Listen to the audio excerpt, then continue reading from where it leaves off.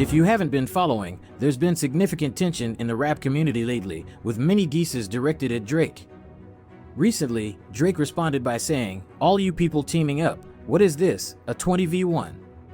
This comment was in reference to artists like Rick Ross, A$AP Rocky, Kendrick Lamar, Future, Metro Boomin, The Weeknd, and others who have all taken shots at him, leading many to wonder why Drake is facing so much animosity.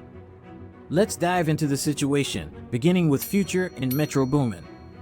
Drake's conflict with Metro and Future is well known.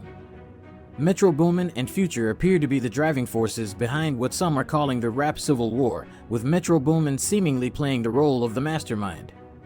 But why does Metro Boomin have issues with Drake?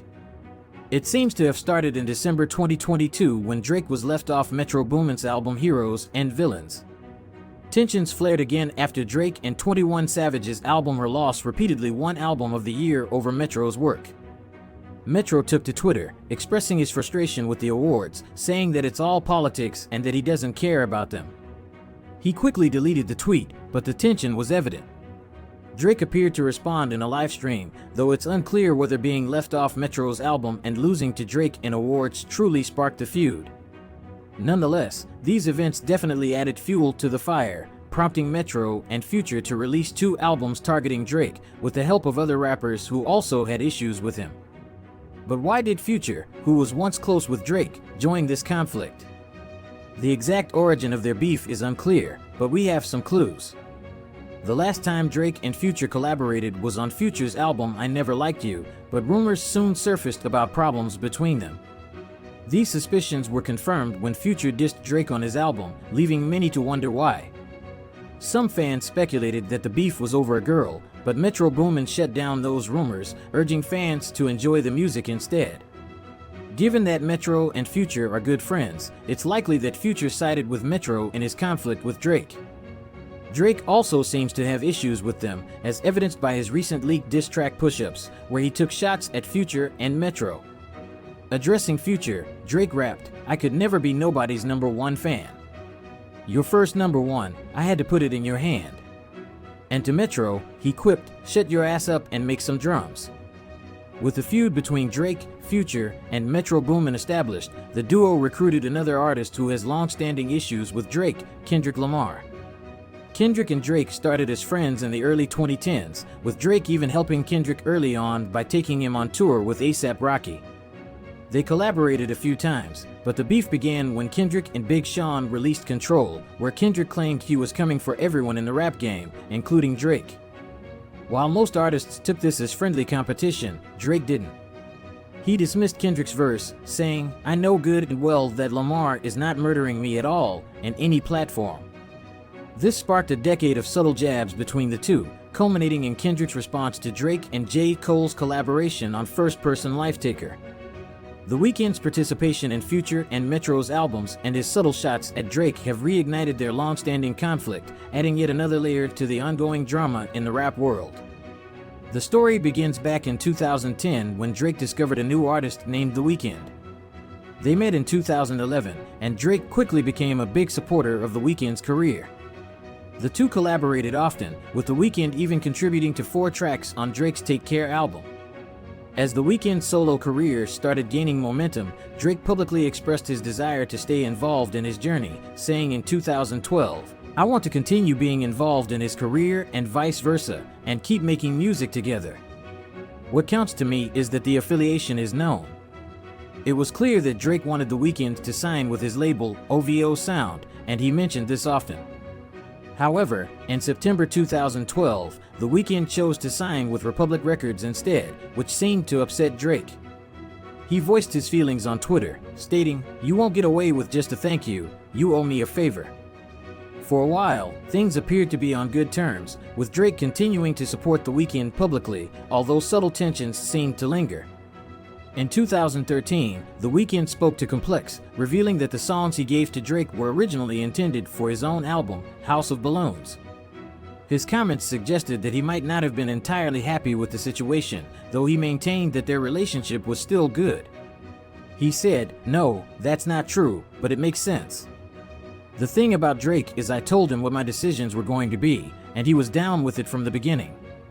Despite their public statements that everything was fine, there seemed to be some underlying tension, particularly around the release of Take Care and The Weeknd's decision not to join OVO.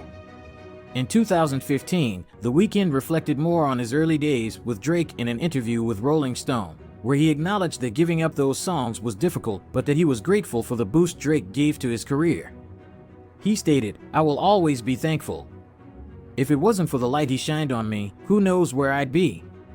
Things remained relatively quiet between the two until 2017, when they both appeared at each other's shows, signaling that any tension had eased. However, rumors began circulating that Drake was involved with The Weeknd's ex-girlfriend, which may have reignited some issues. After this, there were signs that their relationship might have cooled once again. In 2019, The Weeknd seemingly referenced Drake in his song Lost in the Fire, which many interpreted as a subtle dig related to Drake's personal life. The Weeknd later added more fuel to the fire on Nav's song Price on My Head, where he appeared to take further jabs. Despite these possible tensions, Drake continued to express that he had nothing but love for The Weeknd, even referencing their past collaboration in his song War, where he suggested that their differences had been resolved. The situation seemed to have settled down, especially after they were seen together at The Weeknd's birthday party in 2022. But in 2023, on Drake's album For All the Dogs, some interpreted lyrics from the track All the Parties as potential digs at The Weeknd. While it's unclear if these lines were meant as disses, it raised questions about the current state of their relationship.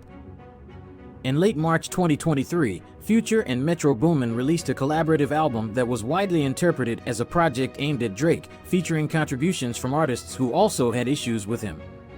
The Weeknd's involvement in the follow-up album, where he delivered more pointed lines, made it evident that the tension had resurfaced. Drake eventually responded in his leaked track Push Ups, where he appeared to take aim at both The Weeknd and his management. This back and forth has reignited speculation about the root of their ongoing conflict, with many pointing to past personal issues or The Weeknd's decision not to sign with OVO as potential causes. As the tension between Drake and The Weeknd seems to be back on, it's clear that their relationship has been complex, shaped by both professional and personal factors over the years. Whether this recent round of disses will lead to further escalation or eventual reconciliation remains to be seen. Meanwhile, Metro Boomin, aware of the tension, ensured that The Weeknd, along with other artists like A$AP Rocky, who also had past grievances with Drake, was featured on the album. Similar to The Weeknd, A$AP Rocky's relationship with Drake has also been strained, partly due to personal reasons. Drake's tension with Kanye West escalated when Drake believed that Kanye, who had released several albums that year, did so intentionally to disrupt the release of Drake's album Scorpion. Although Kanye later apologized for this, the situation worsened when Kanye released the infamous track Lift Yourself. The song gained attention because Drake had expressed interest in the beat, but Kanye instead turned it into a humorous track by rapping nonsensical lines like "Poop did he scoop," seemingly wasting the beat on purpose. The tension between the two grew when Kanye became upset with Drake, accusing him of subtly dissing him on the track Sicko Mode and allegedly threatening his family. The back and forth continued with more petty incidents in 2021, and the feud reignited in 2023 when Drake sampled Kim Kardashian, Kanye's ex-wife, on his song Search and Rescue. Rumors swirled that Drake and Kim might be dating, though nothing has been confirmed.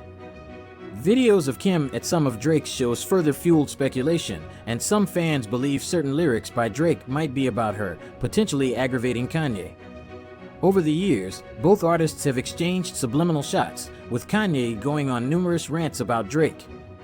Their feud, which seems to stem from a series of relatively minor incidents, has become well known due to their strong personalities.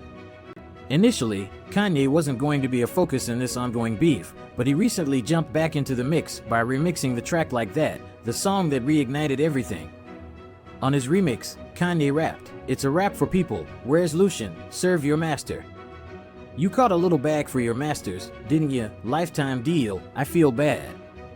This line was a jab at Drake, referencing his continued work under UMG, whose CEO is Lucian Grange, while Kanye himself is no longer tied to a label. This move by Kanye directly countered what Drake had previously said about Kendrick Lamar, adding yet another layer to the complex web of their feud.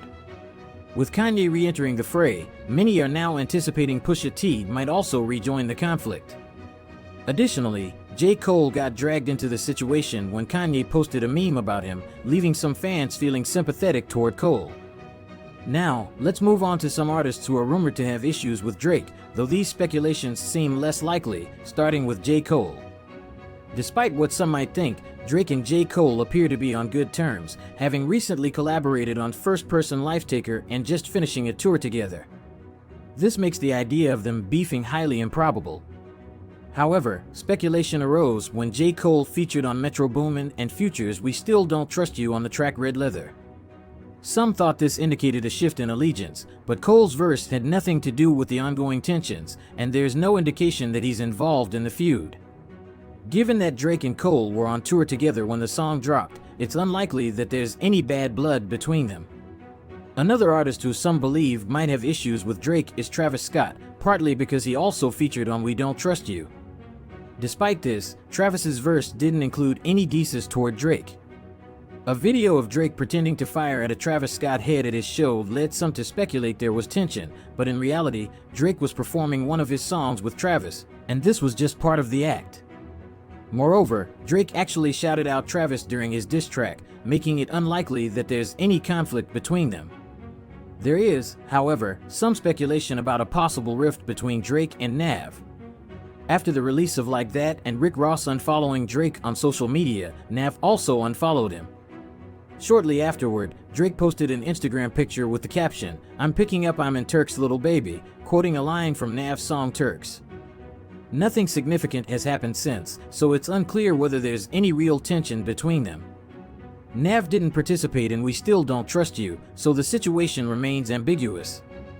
It's clear that Drake has managed to ruffle a few feathers in the music industry, and it will be interesting to see how these various relationships evolve moving forward. Thanks for watching as we broke down the brewing tensions surrounding Drake and the rap community. With so many high-profile artists involved, it's clear that the landscape of hip-hop is constantly shifting. Whether these feuds will escalate or eventually be resolved remains to be seen, but one thing's for sure, it's going to be an interesting ride. If you enjoyed this deep dive into the latest drama, don't forget to like, share, and subscribe for more insights into the world of music. See you next time.